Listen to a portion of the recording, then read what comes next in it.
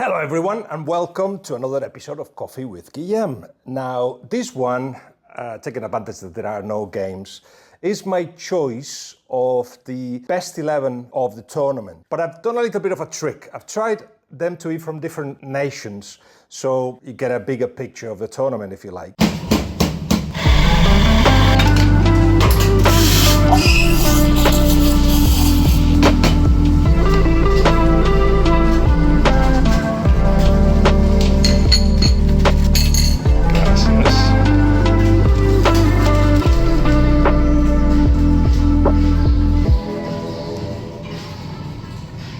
Without further ado, let's start with the goalkeeper. I was between Mamardashvili, who was absolutely fantastic with Georgia. There was a couple of chances in the last game that required his intervention against Portugal.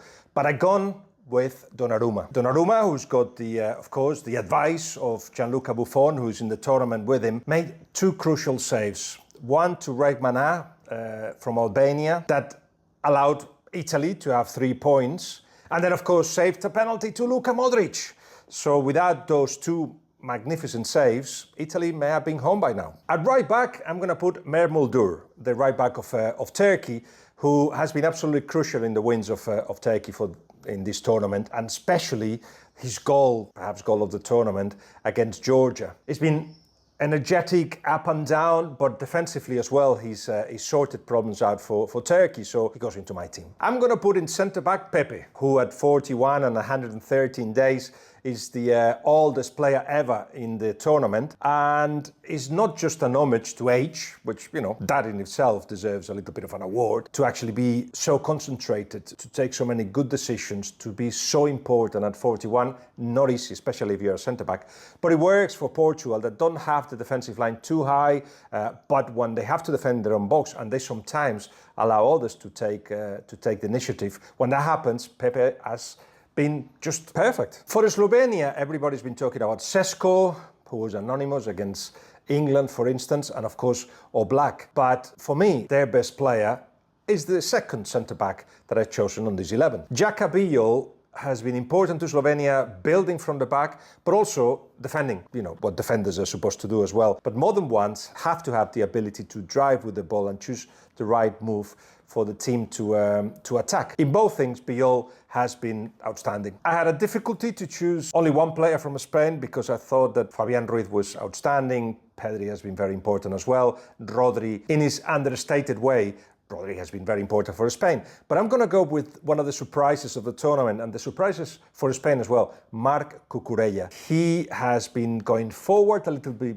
less than usual, but what he has done, he's done really well. When he's been needed on the left flank, he's been attacking it. But defensively, and we thought that was perhaps his weakness, that he wasn't a great defender, he actually has been superb and has left Grimaldo out of the equation. I thought Grimaldo, after his great season with Bayer Leverkusen, with his assists, his goals, and his good defending, he was going to be the number one choice. But Cucurella has blown him out of the water, and what you've got in him is a guarantee that not a lot of bad things are going to happen on your left flank when you're defending, and his good timing with his runs on the left-hand side and good crosses as well means that there is another way of attacking for Spain. Of course, that left flank is left for Nico Williams, but when Cucurella appears, he's definitely somebody that the players trust to, as I said, put a good cross in or take the right decision. A midfield of 4 I'm going to put in, and the first one of which you have to have N'Golo Kanté in it. He's been amazing. Man of the match for the first 2 games of France in the tournament because he's got the ability of stopping attacks, appearing what is not expected, being able, if you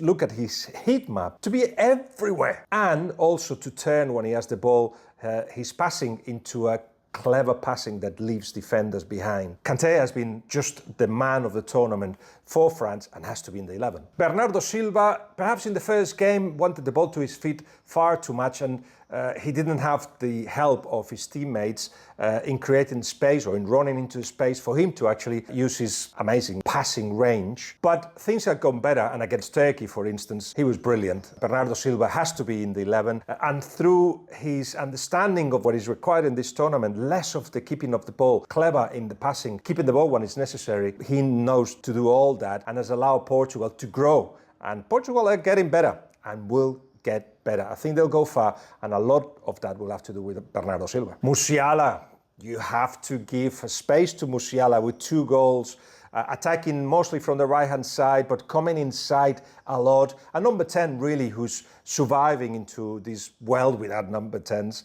And that's because with Wirtz and with Havertz, you've got intelligence in the movements, you've got ability in small spaces, and a lot of very good decisions, plus the goals he's scored. So obviously Musiala makes the 11. Marcel Sabitzer is just one of the many examples of how Austria are maximizing their potential. The Borussia Dortmund midfielder is a very good midfielder, but what we've seen here is the ability to run into space, as for the goal he scored against Netherlands, for instance. He's been an all-rounded player, able to stop attacks and build from the midfield as well. He's been closing the gaps when his team are attacking. You got in Austria the perfect oil machine. We have to choose one from our side that could actually get into the semi-finals. I wouldn't be surprised if that happens. Sabitzer has been outstanding, and of course, as we know, Austria got top of the group in a group that had Netherlands and France, and Sabitzer has been key for that success. Now we go into the attack, and Cody Gakpo has to be in it. He's